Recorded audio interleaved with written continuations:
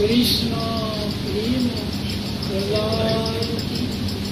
कृष्णाय कृष्ण चैतन्य नामिने गौरतिसे हे कृष्ण करुणा सिंधु दीनबन्धो जगद्पते गोपेश गोपिकाकान्त राधाकान्त सप्तकान्त-गौरंगी राधे वृंदावनेश्वरी विश्वभानु सुते देवी प्रणमामि भक्त्या महीना अपराधवै क्षिप्तस्वकामानि परं कृपामयि शरणं प्रपद्ये वृंदे नमस्ते करुणाकरे श्री कृष्ण प्रभो नित्यानंद श्री अद्वैत गदाधर शिवसदि गौरी भक्त हरे कृष्ण कृष्ण कृष्ण हरे हरे राम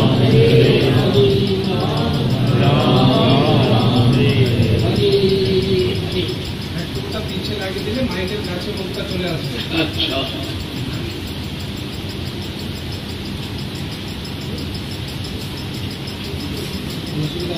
ना ना प्रहलाद का पिता हिरण्यकशिपु जब मंदराचल में तपस्या करने के लिए दिया, इसलिए तपस्या से ताकत मिलता है। जैसे पहलवान लोग हर वक्त प्रैक्टिस करते हैं और बड़ा बनने के लिए, इसी में भी एक तपस्वी लोग तपस्या करते ही नहीं। तपस्या का मतलब क्या है? ना भोग को त्याग देना, भोग त्याग देना। तो यहाँ ऐसा ही बताया, पितरी प्रस्थिते स्माकं तपसे मंदराचलं युद्धोद्गमं परम चक्षु विबुधा दानवान प्रति। प्रहलाद ने कहा, क्या कहा? ये मेरा पिता हिरण्यकशिपु, मेरा नहीं बताया, हमारा। इसलिए उनका और 3 पुत्र था, इसलिए हम लोग उनका पिता के मंदराचल में चला गया तपस्या करने के लिए। तब इंद्रादि देवताओं ने दानवों का दमन करने के लिए युद्ध शुरू किया। कौन सा युद्ध? उत्कट।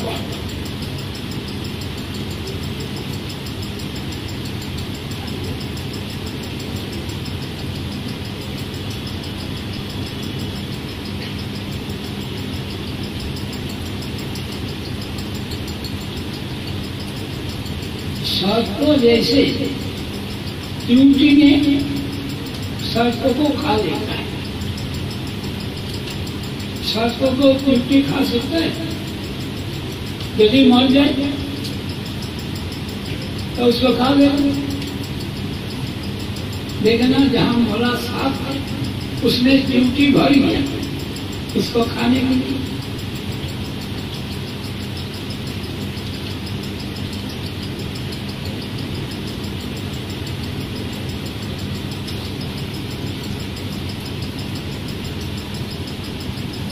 इसी में भी देवता लोग विचार किया हिरण्यकशिपु अपना पाप से ही विनाश कर,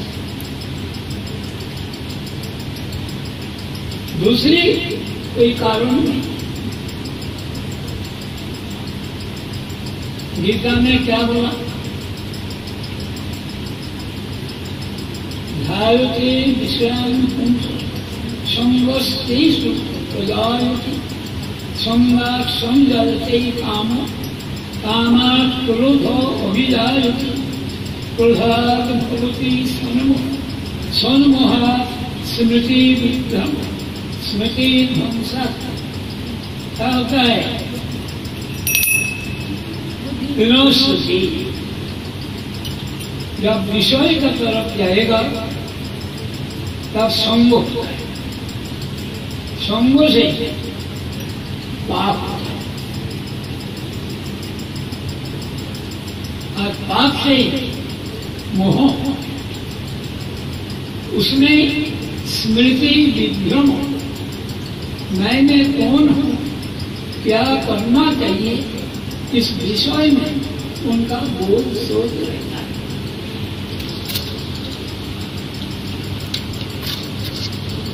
इसी में भी जो हिरण्यकशिपु समस्त जीव का संताप देने वाला, तकलीफ देने वाला, ये अपना पाप से विनाश। इसी विचार से देवता लोग युद्ध को आयोजन किया, एक विचार किया था। तेषामपि बलो योगम निसन्नासुरा जूतपा बद्धमानो सुरैर्गीता रुद्रु सर्वतो विषम कलत्र पुत्र वित्तम गृहान पोषो परिक्षदन नामेक्ष मानस्तुली सर्वे प्राणो परिक्षुवा। जो कोई असुर तथा अधिपति, असुर का अधिपति कौन?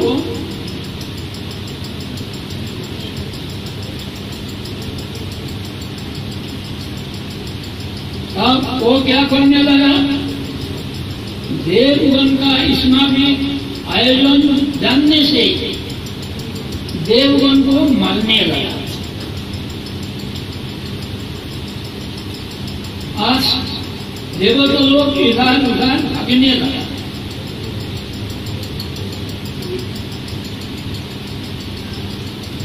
अपना प्राण बचाने के लिए इतना ही व्यस्त हुआ था कि पलत्र पुत्र गृह पशु गृह को करण ये सब छोड़ करके पलत्र मतलब स्त्री, पुत्र, कन्या, अपना मकान, ये सब छोड़ छाड़ के भागने लगा। बेरुन पर राज शिविर अमरा जय अंशिन इंद्रस्तु राज महिषिन मातरम मम त्याग्रही। और कोई विजयी देवों ने दानवराज का सर्वस्व अपहरण करके इनका जो आवास स्थान, रहने का जो स्थान, इनको नष्ट कर।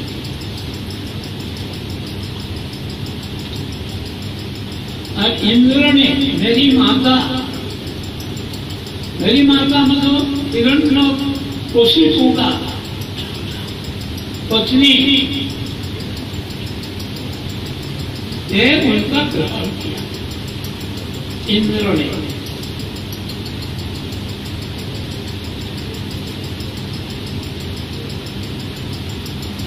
और बाकी देवता लोग उनका मुकान देवर अभी जो कुछ था लूट लिया।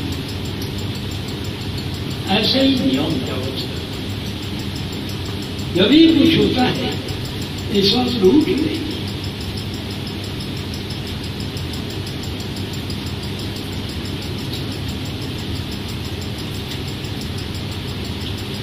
नियमानम भयोर्विघ्नं रुदति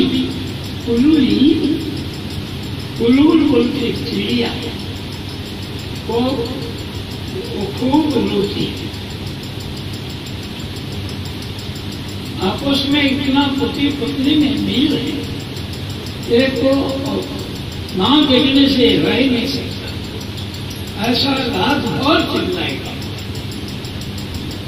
उसी में भी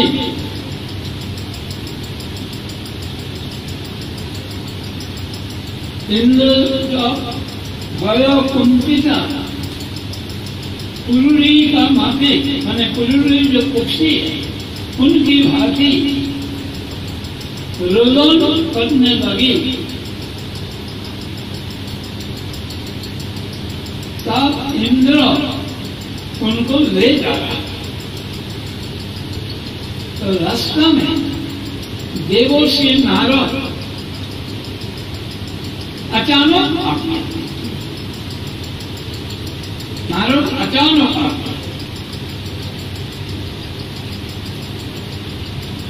आज उनको देखा। किसको देखा? प्रहलाद का माता रो रही है।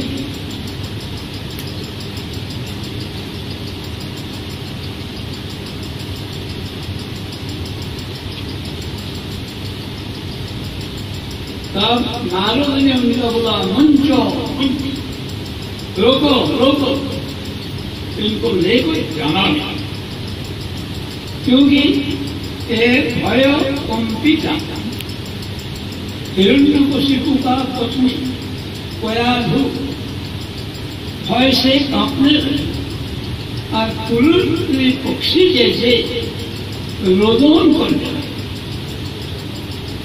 इसी अवस्था में उनको लेके जाना। लेकिन रास्ता में नारद अचानक वहां आ गए। उनको देखने से उन्होंने उनको बोला रोको मंचो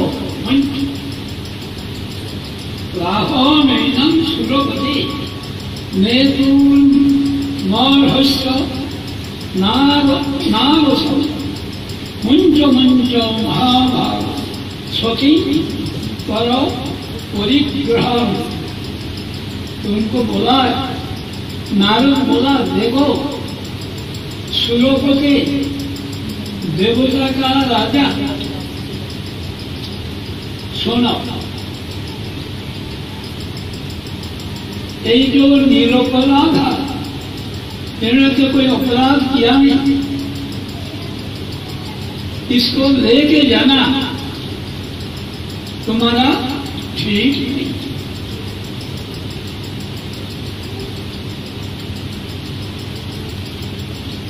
हे महाभाग इंद्र, इनको छोड़ो, मुक्त करो। जब नारद ने बोला, नारद से भयभीत होगा, इनको छोड़ा।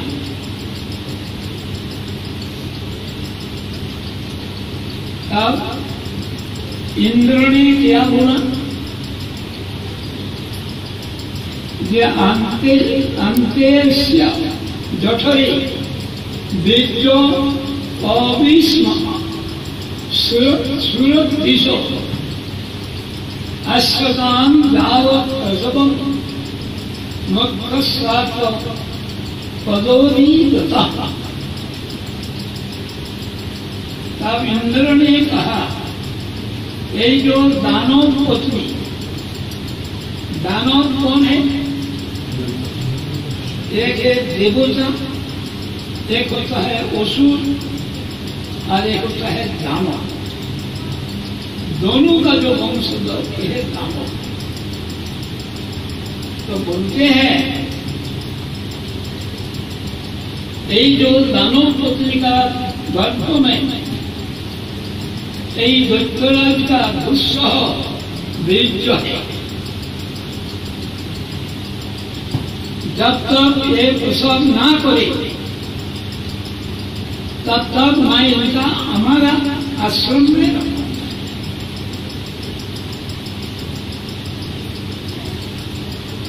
और जब पुत्र प्रसव हो जाएगा तब क्या करेंगे? पुत्र को मार के इनको छोड़ दें, क्योंकि एक दैत्य है, देव विद्या से इनका बेटा भी तो ऐसा ही होगा।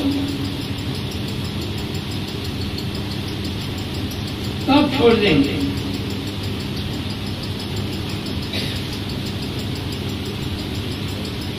जब तक इनका बच्चा पैदा ना हो, हमारा कारागार में ये अवस्थान करते हैं। हमारा प्रयोजन का विशेष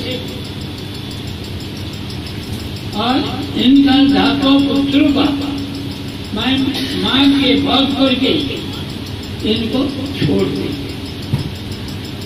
सहज बात बता दिया, इनसे हमारा कोई मतलब नहीं, इनका पुत्र से ही मतलब है, क्योंकि असुर का पुत्र वो असुर ही बनेगा।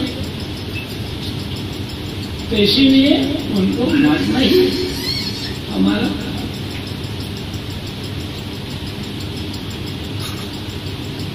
तब नारद ने बोला, अयम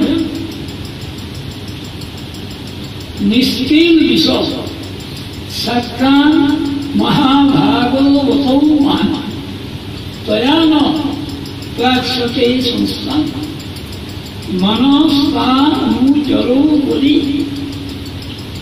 ये जो गर्भ में संतान है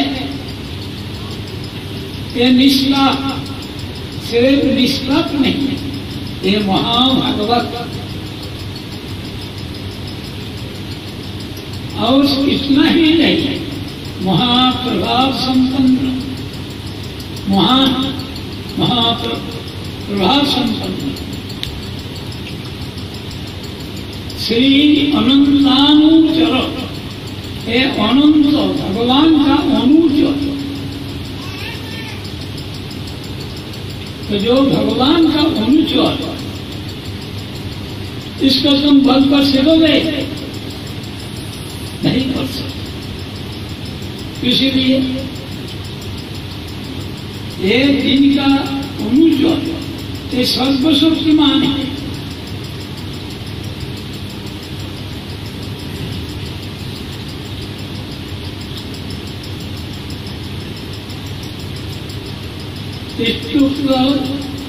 स्थान विहारेन्द्र देवर्षि मानयन भज अनंत प्रिय भक्ति परिक्रम्य दिवामी जजो। दिवम माने स्वर्ग।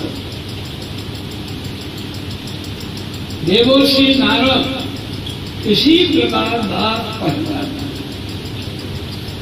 और क्या किया? इंद्र ने हमारा माता को छोड़ दिया और मैं अनंत का प्रिय। अनंत कौन है?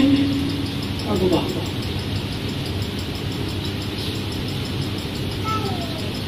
माता को प्रदक्षिण करके स्वर्ग किया। क्यों प्रदक्षिण किया? इनका गर्भ में जो है महाभागवत, इनका प्रदक्षिण करके प्रणाम करके स्वर्ग में चला गया।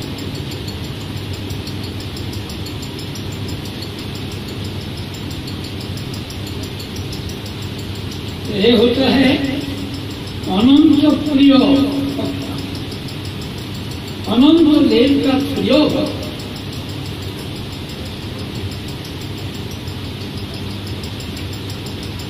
इसलिए क्या किया, इनका परिक्रमा करके गर्भ का अंदर में हरि का जो भक्त इनका नमस्कार करके इंद्र स्वर्ग में। देखो भगवान कैसे गर्भ को सम्मान को भी, इसलिए ही बोला, क्या बोला, कुंतेयो प्रतिजानी न में भक्त्या प्रणश्य। तुमने क्या करना, खुशी को कर देना जो हमारा भक्तों का कभी ध्वंस होगा, कोई नहीं कर सकता। यदि मैं अपना भक्तों को रक्षा ना कर सकूं तो हमारा अनंत तो कहाँ रहेगा।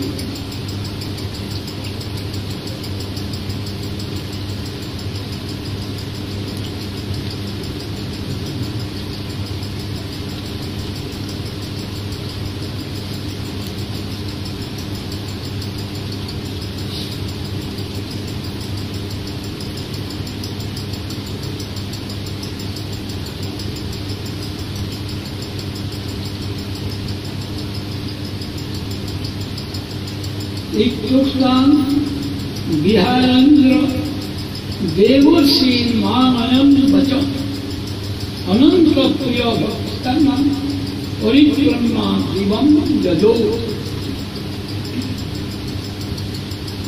तब नारद ने बोला, क्या बोला, उनका वाक्यानुसार हमारा माता को तो छोड़ दिया ही, और मैं जो अनंत प्रिय भगवान का प्रिय, इसलिए माता को प्रदक्षिण करके स्वर्ग में चला गया।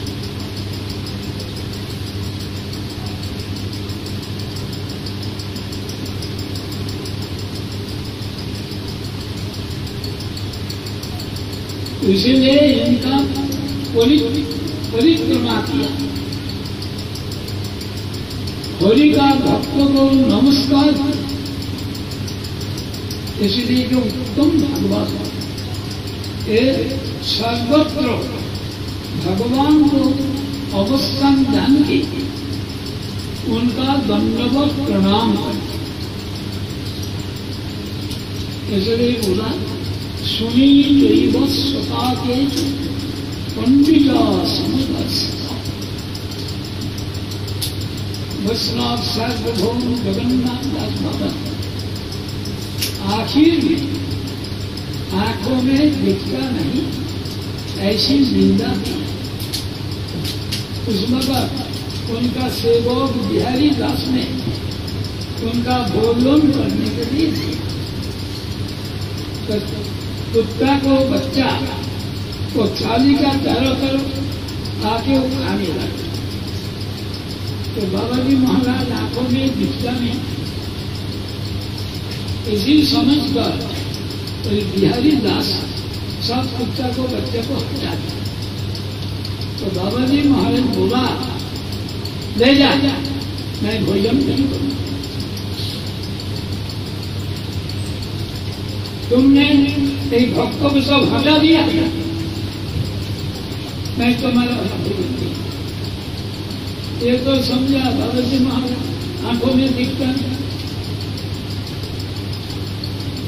उन्होंने उनको भक्त और एक अजीब बात,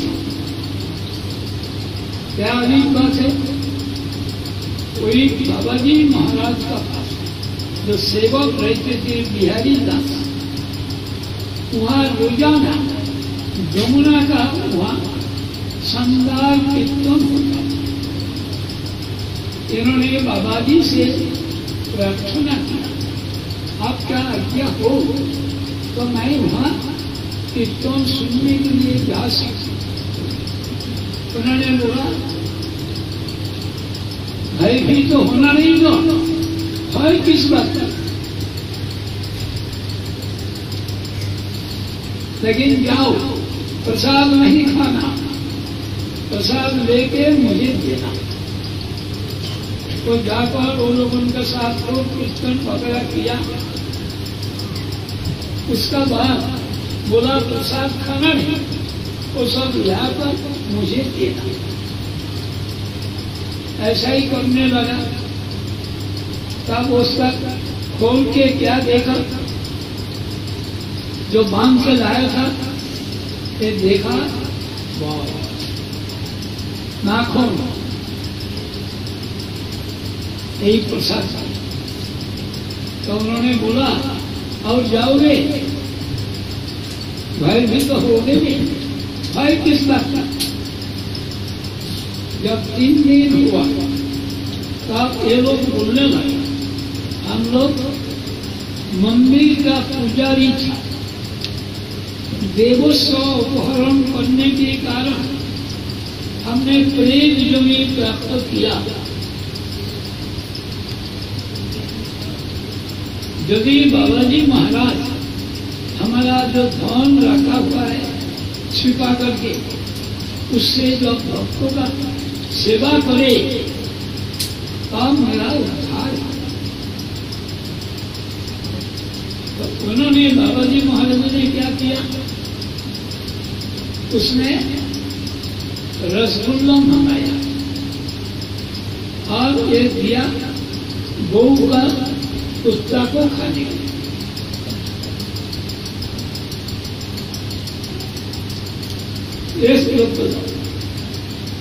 एक उसको दूसरे को देते।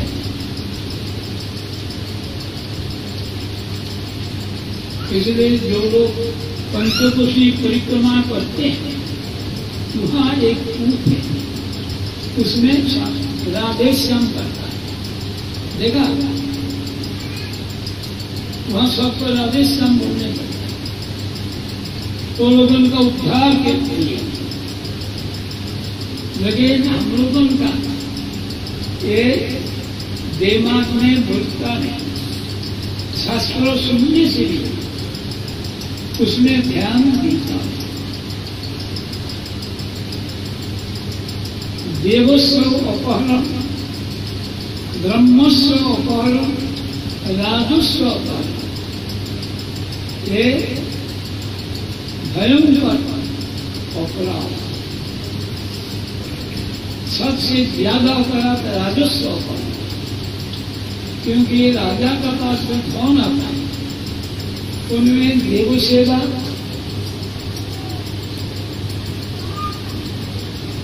दूसरी प्रजावर्ग को सेवा, ब्राह्मण सेवा सब आ जाता है। लेकिन हम लोग इनका सुनता है। जो लोग भागवत पढ़ा है, सुदामा कृष्ण का साथ पढ़ाई किया था, लेकिन कर्मदोष से दरिद्र समझते हैं, वेग मंगा, पढ़ा लिखा है। तो उनका पत्नी उनको बोला, तुम्हारा सहपाठी दारोगाधीश है, वहां जाओ। तो जाने से तुम्हारा कुछ सहाय, राज पुलिस से जानकारी होने से वो कितना कुछ कर लेते। और तुम्हारा दोस्त तो दारोगाधीश होना, वहां जाके कुछ मांग के जाओ। तो उन्होंने क्या किया, इनको लिए कपड़ा को धो दिया, जहां जहां फटा था सिलाई कर दिया, और दूसरी का घर से मांग के लाकर तो स्थिति दंड। ये तो वहां जाकर गर्भ का वैशिष्ट देखकर हैरान, मैं वहां कैसे जाऊं? ना पैर में जूता है ना कुछ, तब भी क्या करे? पुत्र ने भेजी, इसलिए वहां जब गया कृष्ण उनको एकदम पालंक में बैठा और रुक्मिणी को आदेश किया पानी ले आओ, इनको पैर छुड़ाने। कृष्ण उनका पैर छुड़ाया, लेकिन एक बड़ा संकुचित है, जो वस्तु में लिया इनका पशु को भी खाता, तो मैं इनको कैसे दे? कृष्ण ही खूब बोला, ये सभा तुमको दिखने से लगता है तुम शादी किया तो तुम्हारा धर्म को मेरे लिए कुछ दिया है, ये आरो संकुचित होकर उनको दबा रहा, क्या निकलेगा तो दबा रहा। तो कृष्ण तो सब जानते हैं, उन्होंने उनको छीन के निकाल के जब खाया तो रुक्मिणी हाथ कर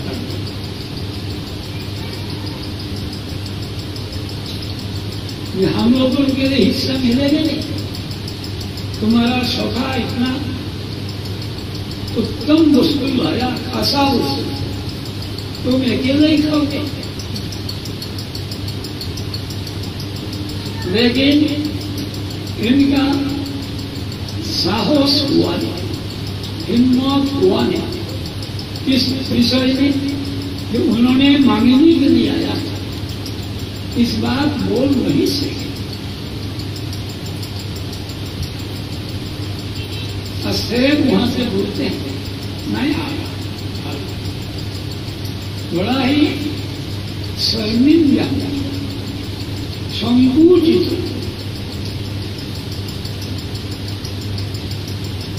वो जाने लगा। जाने का बहुत रास्ता में चिंतन कर गया।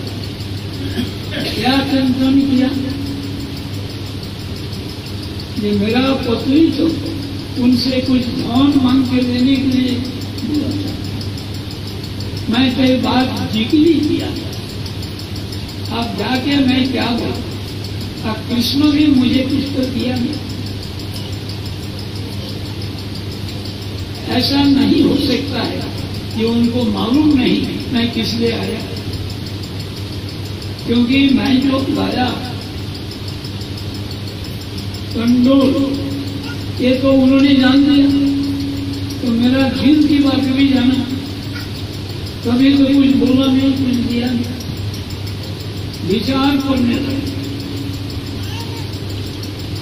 कि क्यों किया। अब विचार किया कि मैं गरीब हूं, अगर मुझे धन मिल जाए तो मेरा अहंकार होगा, इसलिए भगवान मुझे धन दिया। ये उन्होंने विचार किया।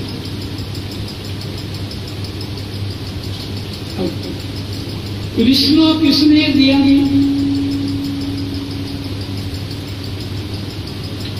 कृष्ण शर्म से दिया। कृष्ण का शर्म, लज्जा, जो लोग कृष्ण का 64 गुण पढ़ा उनमें एक गुण है लज्जा। इस बात की लज्जा है जिसलिए उन्होंने कुछ बोल नहीं सके। उन्होंने गीता में संकल्प किया, जे यथाम प्रतिबंध तांस तथैव भजन मम वर्तानुवर्तन्ते मनुष्य। जो मुझको जैसा भजन करते मैं भी ऐसा ही हूं, लेकिन मैं तो ये पूर्ण करने नहीं सीखा। ये मांग के ला करके मेरा सेवा किया, और मैं तो किसी से मांगा नहीं। मांग के सेवा करे तो बराबर होता। इसलिए ऐसा सोचते सोचते अपना स्थान पहुंचे सुदामापुरी, जो गुजरात में है, वहां पहुंचे। अभी वहां जाकर के अपना मकान बचाना, इधर उधर घूमते रहे। उन्होंने पूछताछ किया, ये मकान किसका है? बोलता है सुदामा का। तब भी उनका विश्वास हुआ, सुदामा नाम से कोई सेठ होगा। अभाव के कारण मेरा पत्नी भेज दी, और वो अभिशान कोठी इधर उधर घूमते। उनका पत्नी ऊपर से देखकर नीचे आ गई। नाम है सुसीता। नीचे में आके जब पति को प्रणाम किया, अब कृष्ण ने एक शब्द उच्चारा, हम दरिद्र पापियां, ओ कृष्ण श्री निकेतन। मैं कहा दरिद्र पापिष्ट, और कृष्ण है श्रीनिकेतन। श्रीनिकेतन मतलब लक्ष्मी बोलते, लक्ष्मी का भविष्य। उन्होंने मुझको बाहु से आलिंगन किया। तो यह भगवान शर्मिंदा होकर उनको नहीं बोल सके, स्वतः तुम जाओ, तुम्हारा इच्छा पूर्ति हो जाएगी। तो भगवान में ऐसा गुण है।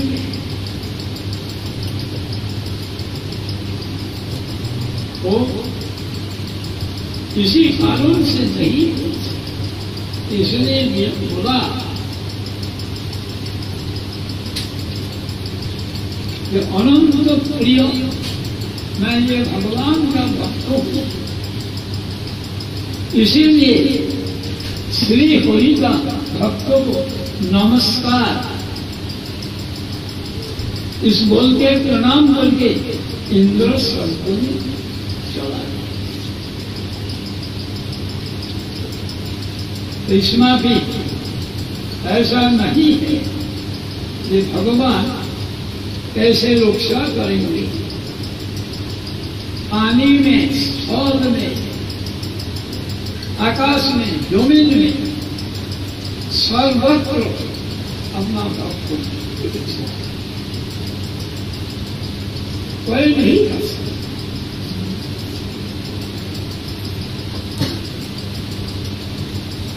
राम एक है।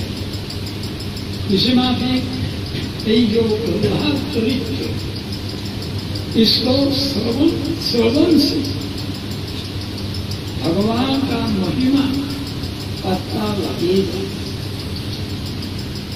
अभी तो कुछ किया नहीं।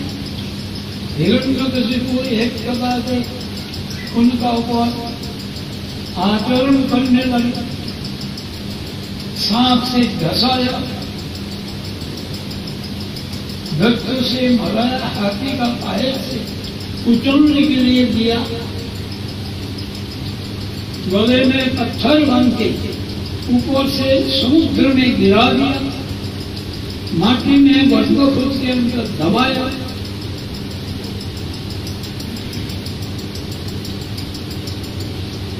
सांप से घसाया, मरा।